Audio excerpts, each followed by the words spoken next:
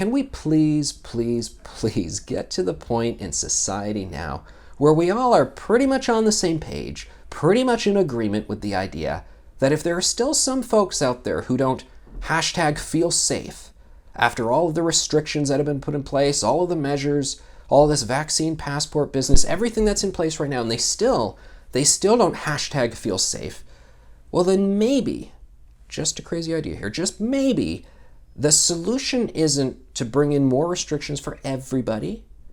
Maybe it's not more government rules, more regulations. Maybe, just maybe, those folks who are not feeling hashtag feeling safe, well, maybe they need to be the ones to hashtag stay home. Because things are getting more than a little bit ridiculous now in terms of all the new things that could be introduced and proposed in terms of COVID-19 mitigation measures. I was thinking about this in recent weeks when there was debate and discussion about rapid testing in schools in Ontario. Now, most people seem pretty content to send their kids back to school when they reopened based on how the rules were at the time. Some parents saying, no, we got to bring in testing in schools. Now, it was going to be voluntary, although I think some of them would have preferred everybody pretty much to be tested, basically mandatory testing. And it's like, hold on, if we're here doing this now without all of this, why do we need to introduce this? Okay, well, because these people don't hashtag feel safe. But here's the thing, there's already so many protocols in place, whether it's for schools or we can use various other examples, and you're saying, I want this other thing introduced. But I don't know, things are proceeding more or less fine. There's an online school option. It's there for a reason.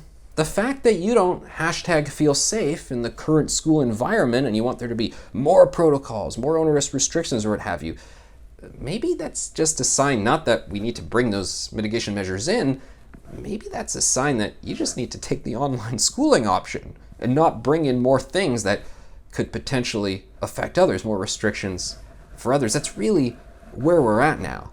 I gotta tell you, pretty much every public health official in Canada is now using the phrase learning to live with COVID.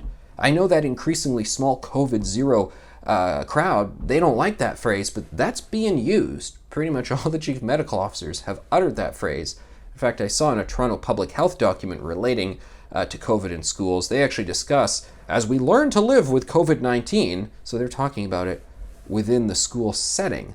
So there you go. You've got actual official government documents on government letterhead using the phrase learning to live with COVID-19. I think most people are doing it, and there's disagreement on various rules and restrictions. Some people like some of them, some people don't like them.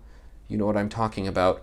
But right now, at this point in time, fall 2021, to those folks who are saying, oh, hold on a second, we need to add this, we need to do more of this and more of that, you know, I'm happy to have you all be gladly participating in all aspects of society, but if that's your perspective right now, I don't know. I really think you're the ones who need to hashtag stay home.